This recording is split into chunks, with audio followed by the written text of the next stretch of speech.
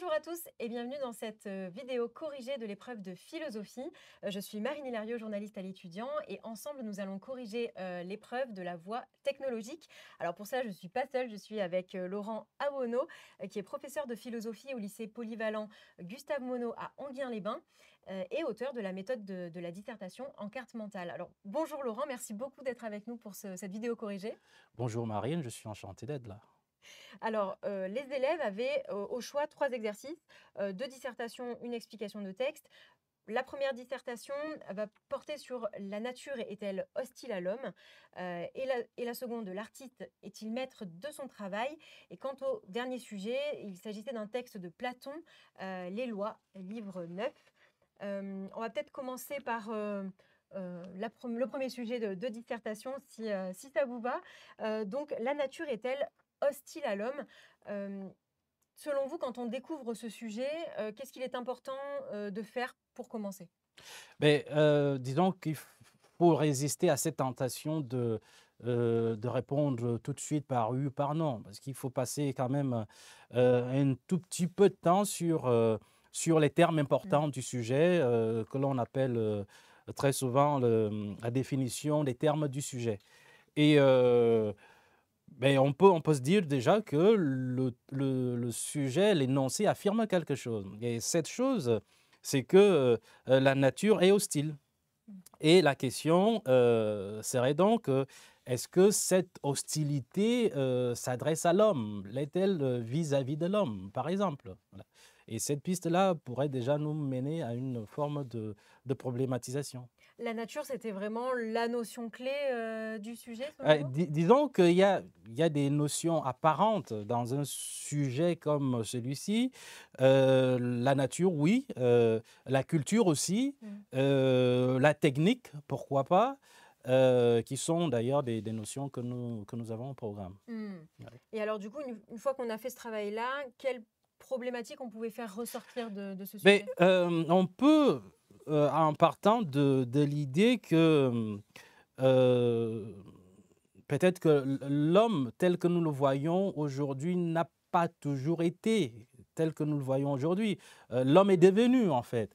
Et quand on nous demande, si la nature, est hostile à l'homme, la question c'est: «Mais de quel homme parle-t-on?» On Mmh. peut commencer par définir, la notion de l'homme et montrer que, l'homme aujourd'hui, c'est un être devenu, c'est un être éduqué qui a appris à vivre avec la nature.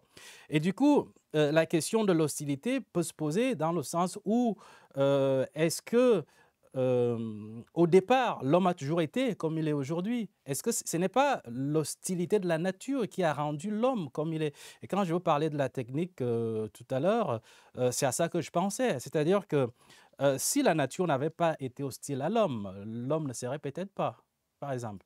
Et Mmh. que, c'est cette hostilité qui a permis, j'allais dire, l'avènement de l'homme. Ça pourrait être, une problématique. Mmh. Et du coup, si on part de cette problématique, quel, développement on pourrait, proposer alors? Beh, on peut partir d'une première hypothèse, c'est-à-dire que si, la nature, est hostile, l'homme a donc dû, j'allais dire, se débattre avec cette hostilité et qu'il n'est devenu homme que parce qu'il a vaincu, l'hostilité de la nature et que, il me semble, c'est Marx qui le dit dans un texte que, les abeilles, depuis 5 000 ans, fabriquent toujours leur ruche de la même manière et que, si, et que les abeilles se sont arrêtées là, en fait. Et que c'est la technique qui a permis à l'homme de progresser et d'être ce qu'il est aujourd'hui. Et justement parce que, du fait de l'hostilité de la nature. Mmh. Et l'homme a dû, j'allais dire, gagner son humanité, j'allais dire, en dépit de l'hostilité de la nature. Ça En pourrait être s'adaptant en en fait. s'adaptant à la Ouais. nature, mais en la transformant même Mmh. on peut dire aussi. Ça pourrait être une première piste D'accord. dans une première partie. Alors, la nature dans cette première partie serait considérée comme, bon, ce que nous trouvons, ce qui se fait, tout seul. Mais, on peut aussi définir la nature comme la nature humaine. C'est-à-dire que dans un deuxième sens, la nature n'est plus la nature extérieure, elle devient la nature humaine. Et là, le sujet pourrait prendre, j'allais dire, un aspect moral, hein. Est-ce que il n'y a pas dans la nature humaine des choses qui lui seraient hostiles, en fait? Est-ce que l'homme n'est pas hostile à lui-même en posant certains gestes? On peut Mmh. prendre l'exemple dans nos rapports avec la nature extérieure, notre nature propre. C'est pour Mmh. ça que je parlais de l'aspect moral. Qu'est-ce que nous faisons de la nature extérieure? Est-ce que la nature humaine n'est pas hostile à une certaine idée de l'homme aussi? Vous voyez? Est-ce il n'y a pas dans la nature humaine quelque chose qui empêche l'homme, j'allais dire, d'advenir, hein?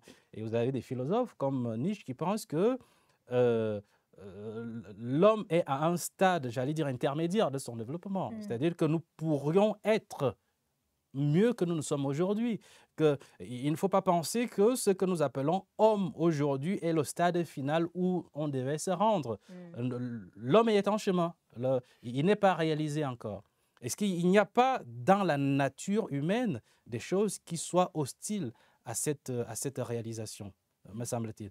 Et dans une troisième partie, on peut imaginer que, en fait, l'homme possède les armes en fait, pour aller vers cette humanisation. Et là, on peut parler des philosophes comme Kant, Mmh. un philosophe du 18e qui a quand même pensé notre monde aujourd'hui. Et, même dans notre rapport à la nature, le rapport technique, il est en notre... nous avons les moyens de réorienter notre rapport à la nature. Vous voyez l'émergence de l'écologie, par exemple, les gens qui prônent un autre mode d'être avec la nature, qui ne soit plus qu'un mode de domination ou de soumission, mais une espèce d'harmonie et de collaboration. Et j'allais dire, c'est à la mesure de l'homme, c'est à la portée de l'homme, en fait. Ouais. Voilà. Et alors, Ce du coup, que... comment vous concluriez ce Alors, sujet alors? sur ce sujet, la nature est-elle plutôt hostile à l'homme? Je dirais que euh, l'homme possède les moyens j'allais dire, de faire en sorte que cette hostilité soit, si ce n'est amoindrie, mais au moins il peut réorienter son rapport soit avec lui-même, soit avec Mmh. la nature. Euh, En gardant en tête que la nature veut dire la nature de l'homme, mais aussi la nature extérieure. Est-ce que enfin, l'idée serait, est-ce que ce n'est que dans le conflit que l'homme peut se réaliser aussi? Mmh. Est-ce qu'on est obligé d'être en conflit pour se réaliser? Est-ce qu'il n'y a pas un autre moyen de réalisation Mmh. de l'homme? Je pense à cette idée qu'expriment des philosophes comme Rousseau ou même Kant, l'idée on est toujours tendu, enfin, ils appellent ça l'insociable sociabilité, c'est-à-dire que l'homme est tendu entre son individualité et la communauté. C'est-à-dire qu'il faut à un moment que l'individu rentre en conflit avec la Mmh. communauté pour se réaliser lui-même. On pourrait finir sur, est-ce qu'il y a pas un autre moyen de réalisation qui passerait par autre chose que le conflit, par Mmh. exemple, l'idée Ça de donne presque une l'hostilité. ouverture, Tout à fait, ouais. oui, me semble-t-il. Voilà. Ben, merci beaucoup pour ce premier corrigé. On va passer au thème numéro 2, donc une deuxième sujet de dissertation. L'artiste est-il maître de son travail? Que pensez-vous de ce deuxième sujet? Est-ce qu'il était complexe ou plus simple ou... Ben, autant le premier sujet, je ne vais pas parler de simplicité ou de difficulté, hein, parce que Mm. enfin, tous les sujets, en philo, il n'y a pas de sujet simple. Mais il y en a qu'on peut... enfin, on a un rapport, je vous disais tout à l'heure, on a un rapport affectif avec les sujets.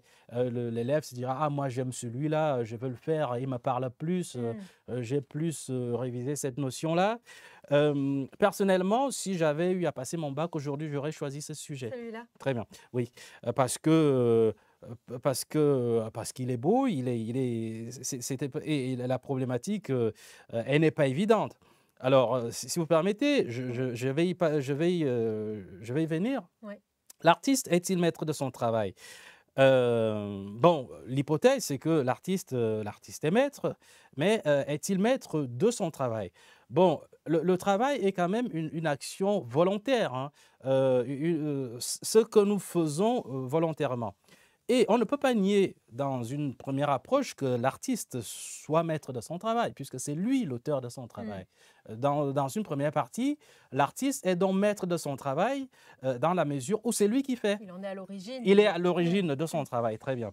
Mais il y a ceci de particulier dans le travail de l'artiste que ce qu'il fait, en fait, il n'a pas prévu de le faire. Et ça, c'est Bergson qui le dit. Il dit, si l'artiste pouvait prévoir son œuvre, en fait, il l'aurait déjà produite. Et Mmh. donc, il dit une phrase magnifique, la prévoir, la prédire, l'œuvre, eût été la produire. Ce que Bergson veut dire, c'est que l'artiste est toujours surpris par son propre travail. C'est-à-dire que, donc, il y a une distinction ici entre la fabrication, par exemple, qui consiste à rassembler différents éléments, vous le rayez, et la production artistique. Et le mot juste ici, c'est la création. Mmh. C'est-à-dire que l'artiste ne sait pas ce que donnera son tableau. L'artiste, le musicien ne sait pas ce que donnera sa musique, par exemple. Pourquoi? Ben, parce qu'à un moment, son travail lui échappe. L'artiste n'est donc pas maître de son travail. Dans cette deuxième partie, parce qu'il n'en maîtrise pas la finalité. Lorsque vous avez composé une chanson, si vous êtes musicien, dès que vous sortez du studio, l'œuvre ne vous appartient plus. Elle va Mmh. faire son chemin. Lorsque vous avez écrit un livre, une fois qu'il est en librairie, l'œuvre ne vous appartient plus. Donc, dans cette deuxième partie, en tant qu'œuvre, donc, dans la première partie, vous l'avez vu, l'artiste est maître de son travail Mmh. parce il est en origine. Deuxième partie, il n'est pas maître de travail parce qu'il ne le maîtrise pas, en fait. L'œuvre de l'artiste est appelée à lui échapper. Et dans Mmh. une troisième partie, on pourrait dire, mais c'est même la particularité du travail de l'artiste, c'est-à-dire la création. Et la création, c'est faire advenir ce qui jamais n'a été déjà. Créer, ça veut dire faire advenir quelque chose qui n'a jamais Mmh. existé. Et si l'artiste était maître de son travail, ça veut dire qu'il connaîtrait ses travaux avant de les produire. Il ne peut donc pas être Oui. maître de son il peut pas, il n'a pas la maîtrise de son travail. On peut reprendre des exemples sur les productions artistiques. Une fois qu'un livre est écrit, il va faire son chemin. Une fois qu'une chanson est sortie, vous n'en maîtrisez plus rien en fait. Il y a Euh, presque une part d'instinct aussi quand on est dans la création, dans le Tout à fait. processus créatif, Oui, de se dire, bah, en fait, peut-être qu'il y a une idée de ce qu'on imagine et en oui, fait, on l'adapte, l'artiste adapte au fur et à ex- mesure et du coup, forcément, il a pas exactement. connaissance de ce Oui, que sera la finalité de son travail toujours, hein. exactement. Mmh. Et bah, peut-être que vous me poserez la question, mais si vous ne la posez pas, tant pis. On pourrait finir sur cette idée que, loin de maîtriser son travail, l'artiste est porté par son travail. Il est porté par son travail, Mmh. justement parce que ce n'est pas une réalisation, j'allais dire, programmée, programmée. L'artiste se surprend à faire des choses, qu'il n'avait pas prévues. Bon, vous me direz dans la vie ordinaire aussi, nous faisons des choses que nous n'avons pas, mais ça prend une saveur toute nouvelle chez l'artiste parce que justement c'est un créateur et la création, c'est faire advenir ce qui jusque-là n'était pas, N'existait pas. Mmh. n'existait pas. Mmh. Voilà. Du coup, ça serait aussi un peu ça la conclusion, Ça pourrait être ça, Mmh. c'est-à-dire que enfin, c'est un peu ce rebasculement, l'artiste est porté par son travail plus qu'il ne le maîtrise en fait, Mmh. parce que c'est un travail de création et que, c'est l'élan qu'il insuffle dans ce travail qui aussi le porte, me semble-t-il. Voilà, Eh ben, merci beaucoup pour, ces explications. de rien. J'espère que ça vous a donné, quelques éléments de réponse. On va passer, au dernier sujet qui était donc l'explication de texte. Je le disais tout à l'heure, donc il s'agissait d'un texte de Platon, Les Lois du livre 9.